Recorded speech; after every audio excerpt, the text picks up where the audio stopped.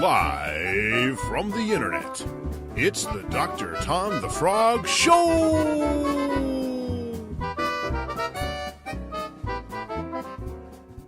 Hi-ho, this is Dr. Tom the Frog, and you're watching the Dr. Tom the Frog Show, where we talk about role-playing games. Again, we've got a fantastic background here from Jeff Brown. Check him out, and we've got at the end of the show, you can find a link to find him. I am super excited because tonight we have Ryan Macklin, who's the writer of lots of games and also a blogger. How are you doing, Ryan? I am doing fantastic. How are you doing, Dr. Tom? Oh, well, I'm hoppy, like a room without a roof. Wait, you live in a room without a roof? Well, no, the song, it's never mind. So anyway, I'd like to thank you for being here. It's almost as if fate has brought us together. It has. Has it? I don't pay attention to trivial matters of the 21st century anymore.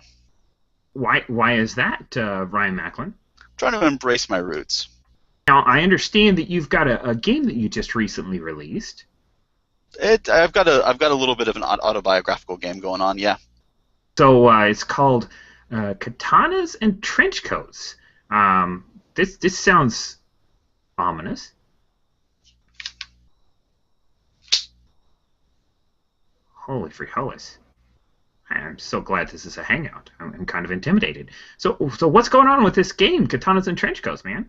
Oh, I'm glad you asked because I'm super excited. I've put together this game that is celebrating the sort of stuff that a lot of us did in the 90s role-playing games. Like, we loved playing White Wolf games. We loved stuff like, Highlander and like Shadowrun and all those sort of things. So, and that's always stuck in there's a certain segment of the tabletop gaming zeitgeist that keeps going back to this, and it sort of just became one joke that Steve Kenson tweeted of why isn't there a Katanas and Trenchcoats role-playing game, and I made a joke post over a year ago about it, and it eventually spiraled into actually making a thing with 27, 30 of my friends.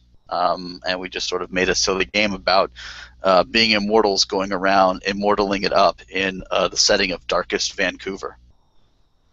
Huh. Now, it's funny that you released 3 editions of this. I thought there could be only one. I actually intentionally go against that trope for, well, one might possibly say, legal reasons, but that's actually one of the things that I don't play with in the idea of immortals is the whole every immortal's got to cut every other immortal's head off. Because I'm big on the idea that if you're going to cut someone's head off, it should be a personal reason, not just for a generic the prize. And I got a lot of personal reasons for head cutting. That's what I'm saying. Oh, not with you. We're cool. Thank you.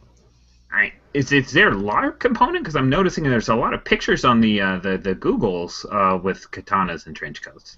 We do have the first part of the LARP rules in the back of Katanas and Trenchcoats, Episode 1, Welcome to Darkest Vancouver.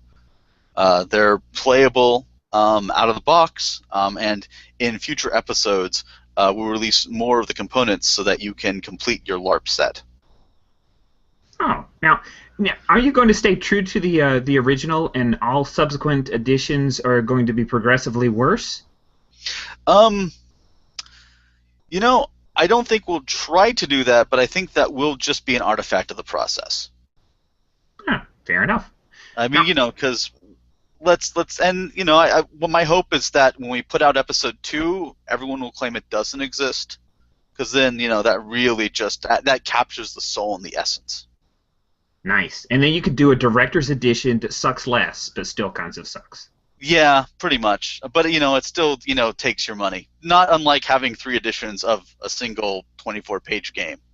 What is your favorite part of Katanas and Trenchcoats? So I really loved working with all of the people involved, and I think the bit that probably gave me the most laughter was reading there's a section on different antagonists in the world. I call it dancing in a perilous tango, and I I pretty much cracked up every time one of my writers got me one of those. Like I'm just like reading this like, oh man, this is so.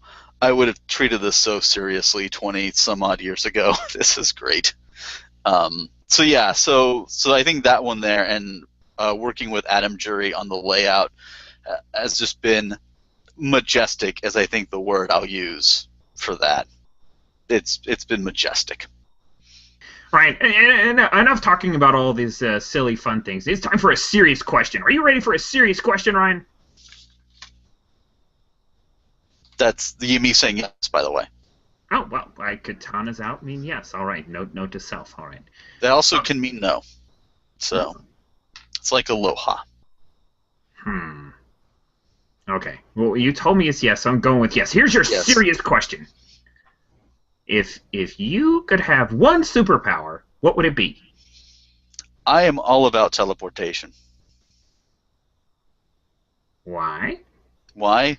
Because I think that being able to bamf is totally awesome. It would make me an amazing fighter because I would just like bamf and then, sword a guy. I wouldn't have to do fancy moves.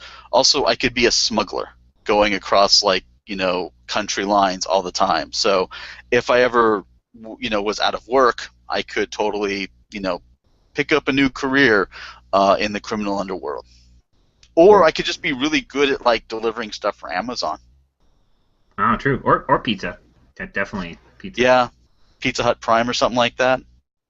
That's pretty fantastic. I was thinking of you more like Ambush Bug, but you threw in the BAMF, so that's pretty cool. I'm Team Nightcrawler. Wow. Ryan Macklin, it's been super fun having you on the Dr. Tom the Frog Show. Thank you for coming on. Well, thank you for having me. And if you ever need my assistance, if you ever need my katana, metaphorically speaking, because I think it'd be kind of heavy for you, you have it. You just watched the Dr. Tom the Frog Show, and we hope that you liked what you saw, yo. But if it was a big waste of your time, well, it's free, so that's not a crime. But if it was a waste of your time, yes, it's free, so that's not a crime.